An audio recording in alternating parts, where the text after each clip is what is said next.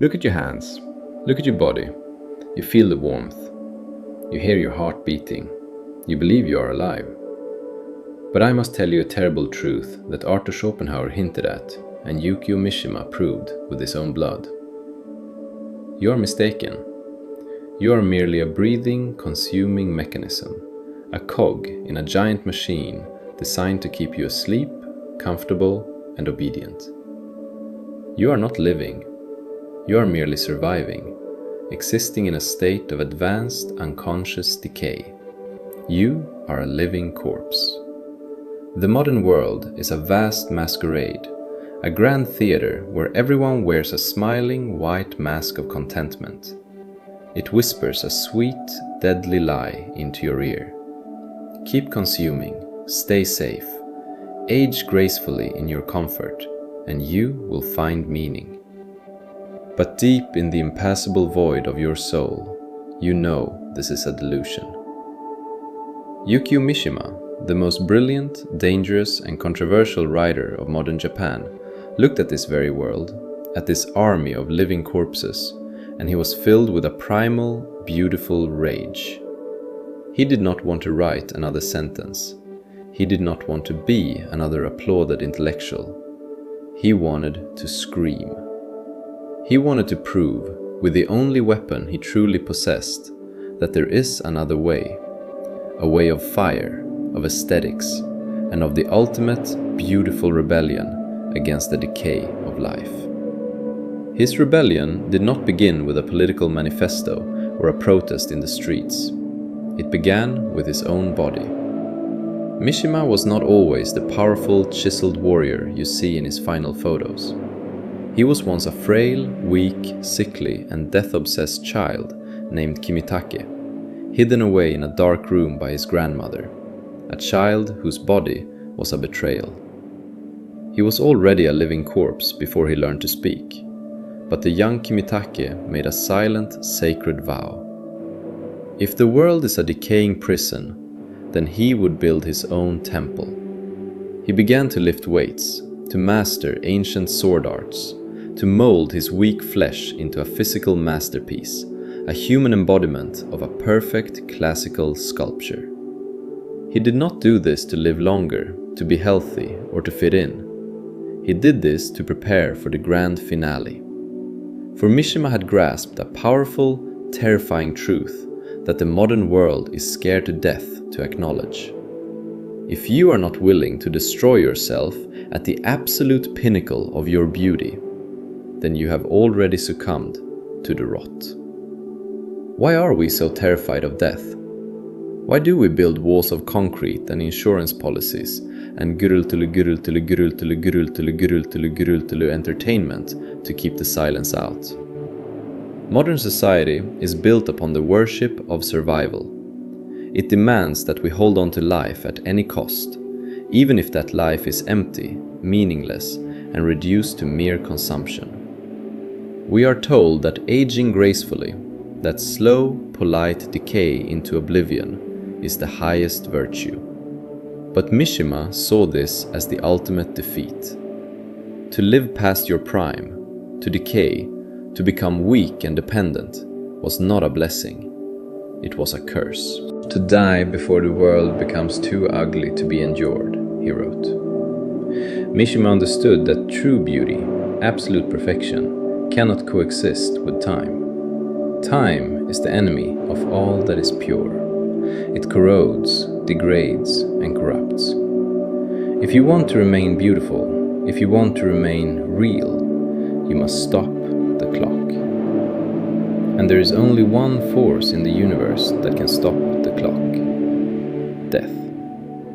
But not just any death, a beautiful death, a heroic death, a death at the apex. This idea is radical, it is disturbing, and it directly contradicts everything you have ever been taught. The living corpse within you recoils at this concept.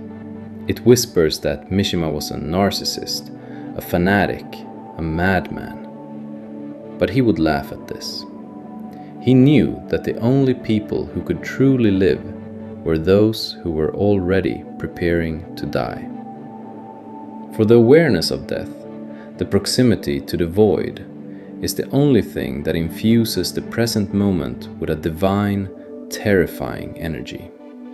It strips away the superficial layers, the masks, the trivial concerns, and leaves only the raw, burning essence of the now. And so, Mishima prepared. He built his private army. He designed his own uniforms.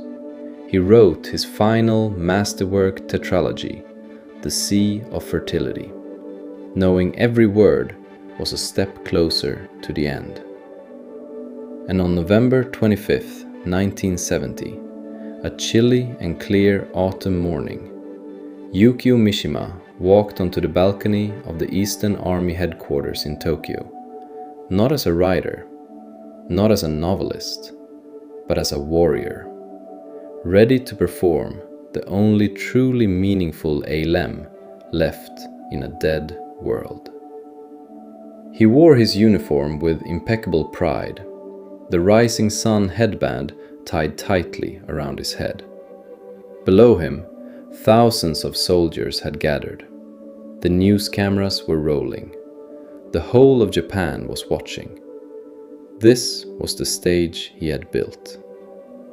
He began his final speech. His voice was not the polite, academic tone he had used in his interviews. It was a roar, a desperate, powerful cry against the decay. You have all forgotten your traditions. You have succumbed to the rot of the West, to the worship of money and comfort and weakness. Are you only in love with life? Is there no higher value, no beauty left to defend? He pleaded with the soldiers to rise up, to defend the emperor, to reject the modern constitution. But they did not understand. They were modern men. They were living corpses. They saw him not as a savior, but as a spectacle, a freak, a disturbance in their well-regulated consumption. They laughed, they jeered, they shouted for him to stop. Mishima knew this would happen. He knew the living corpses would always choose comfort over meaning, survival over beauty. He wasn't there to change their minds. He was there to show them the ultimate truth. He finished his speech and stepped inside the office. He knelt on the cold floor, his posture perfect, his expression calm and serene. The sharp samurai blade was waiting. He performed the traditional ritualistic seppuku. As the blade entered his body, he did not flinch. He did not cry out in pain. In that final shattering moment, there were no more words. There was only the eilem. There was only the proof. The blood that soaked the cold floor was not a mistake. It was the ink with which Mishima wrote his final unassailable sentence. A sentence that the modern world is still trying and failing to erase. Similarly, his final act as a nationalist tragedy, a cry for a lost past. Others saw it as the ultimate expression of a deeply troubled narcissist deha. The critics and scholars have analysed his words, his sexuality, his politics, his psychology, but they are all missing the point. Mishima's final rebellion was not about a specific political ideology. It was about something far more primal, far more Evrancel. It was about the rebellion of the human soul against the decay of meaning.